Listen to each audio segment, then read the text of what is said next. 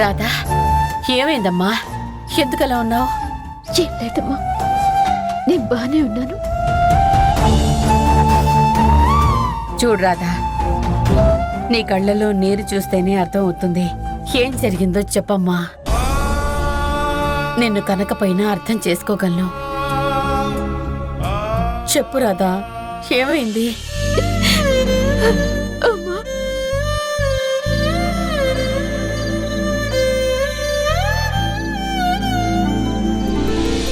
ఏమైందమ్మా?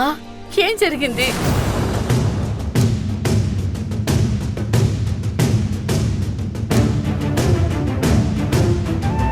నానమ్మా, అయినా మిమ్మల్ని ఇక్కడికి ఎవరు తీసుకొచ్చారు అత్తయ్య గారు? ఇంకెవరమ్మా? ఇదిగో ఈ రాధే తీసుకొచ్చింది. ఎందుకు రాధా, మేమంటే అంత పగ నీకు? నీకేం ద్రోహం చేశావని ఎందుకు మమ్మల్ని ఇలా పీడిస్తున్నావు? ఆ సత్య ఆగడాలకి హద్దు అదుపు లేకుండా పోతుందమ్మా. ఆ సత్య వలన అమ్మ నన్ను అపార్థం చేసుకుంది.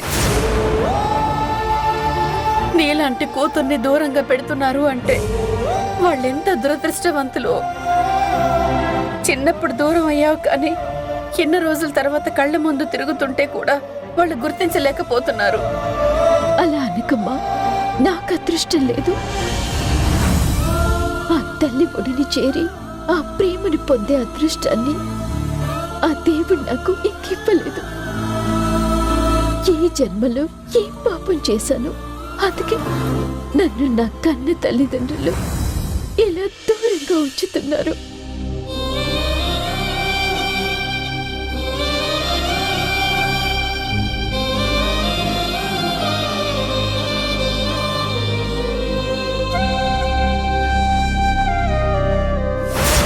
మీ నాన్నగారు వస్తున్నారమ్మా. తొందరగా కళ్ళు తుడుచుకో.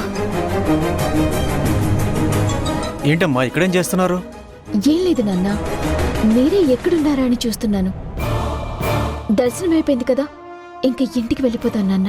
అది కాదమ్మా, దేవకి గారు వాళ్ళని చూస్తే నాకు చాలా ఆశ్చర్యంగా ఉందమ్మా. ఇంతకు ముందు వచ్చినప్పుడు అందరూ చాలా కలివిడిగా సరదాగా మాట్లాడారు. కానీ ఈరోజేంటి అంతా పొడి పొడిగా ఏదో మాట్లాడినట్టున్నారు. ఏమైందమ్మా?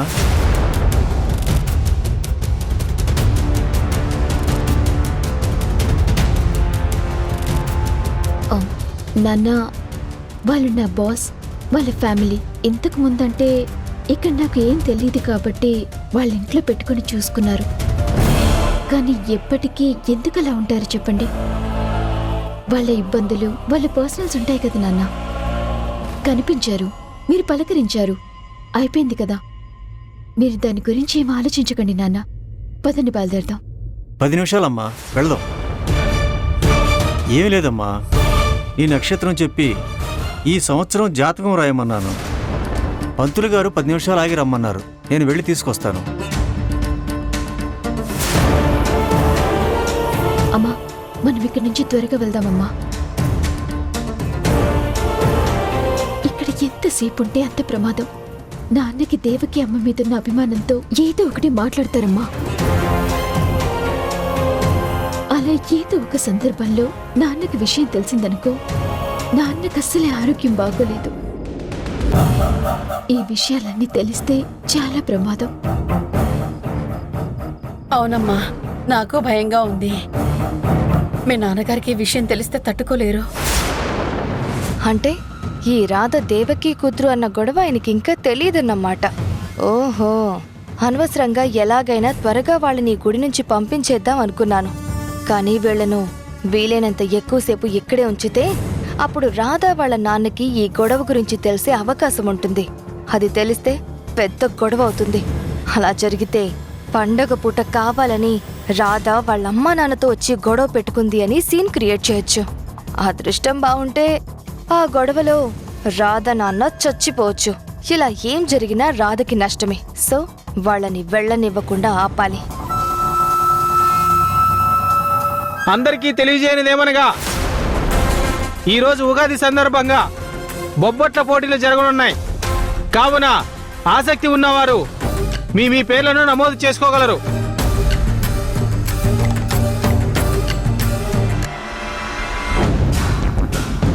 ఏమండి, చెప్పండి మేడం. ఇద్దరి పేర్లు రాసుకోండి. రాధా, గాయత్రి. ఓకే. రాధా, గాయత్రి రాశాను మేడం. ఇంకొద్ది నిమిషాలకు పూజ ప్రారంభం అవుతుంది. అప్పుడు మీ పేర్లు పిలుస్తాను, అప్పుడు రండి. అలాగే. ఈ పోటీల పేరుతో ఈ రోజంతా మిమ్మల్ని ఇక్కడే ఉండేలా చేస్తా. మీ నాన్నకి నిజం తెలిసేలా చేస్తా. ఎలా తప్పించుకుంటావో నేను చూస్తా. అమ్మా రాధా, జాతకం తీసుకొచ్చాను, ఇక బయలుదేరదామా? అలాగే నాన్న. పదండి.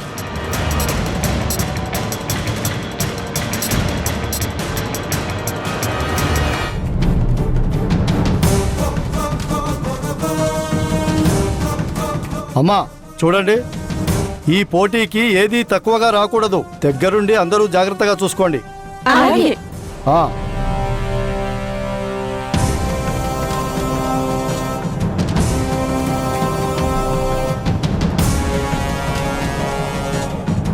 ఈ పోటీలో పేర్లిచ్చిన వాళ్ళు రాధా, గాయత్రి. ఏంటమ్మా పోటీలో నీ పేరిచ్చి ఇంటికి వెళ్దాం అంటున్నావేంటి? పదమ్మా, అక్కడికి వెళదాం. లేదు నాన్న, నేను పేరివ్వలేదు. బహుశా వేరింకెవరో రాధ ఇచ్చుంటుంది. పద నాన్న, మనం ఇంటికి వెళ్దాం. ఏంటి రాధా, పోటీకి రమ్మని ఆహ్వానిస్తుంటే ఇంటికి వెళ్ళడానికి సిద్ధమవుతున్నావు? ఆ పేరు నేనివ్వలేదు. అది నేను కాదు. పేరు నువ్వివ్వలేదు, కానీ నేనిచ్చాను.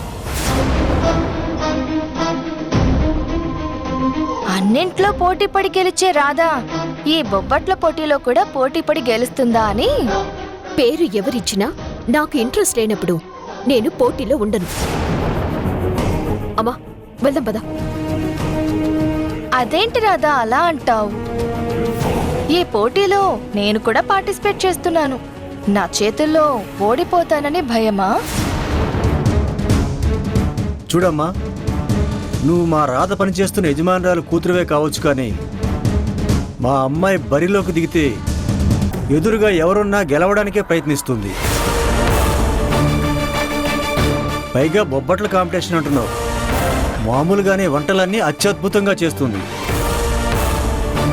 ఇక బొబ్బట్లు చేయడంలో తనకెవ్వరూ సాటిరారు. ఏంట్రాదా, మీ నాన్నగారు ఇంతలా నీ గురించి చెప్తుంటే నువ్వేంటి ఇంటికి వెళ్ళిపోతావు అంటున్నావు? రా, వచ్చి నీ బొబ్బట్ల రుచి అందరికీ చూపించి మీ నాన్నగారు అంటున్న మాటలు నిజాలని నిరూపించు. అవసరం లేదు. నేను ఎవ్వరికీ నిరూపించుకోవాల్సిన అవసరం లేదు. పదండి వెళ్దాం. ఆగమ్మా, ఆగు. పోటీలో నీ పేరు నీకు సంబంధం లేకుండా ఇచ్చినా సరే పారిపోకుండా పాల్గొనాలమ్మా.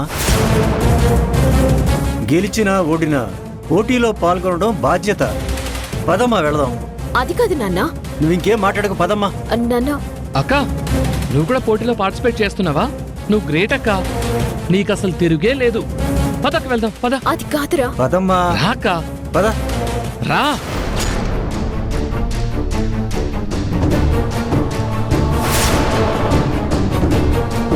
ఈవిడేంటి ఇక్కడుంది? అమ్మో, ఇక్కడి నుంచి తొందరగా వెళ్ళిపోవాలి.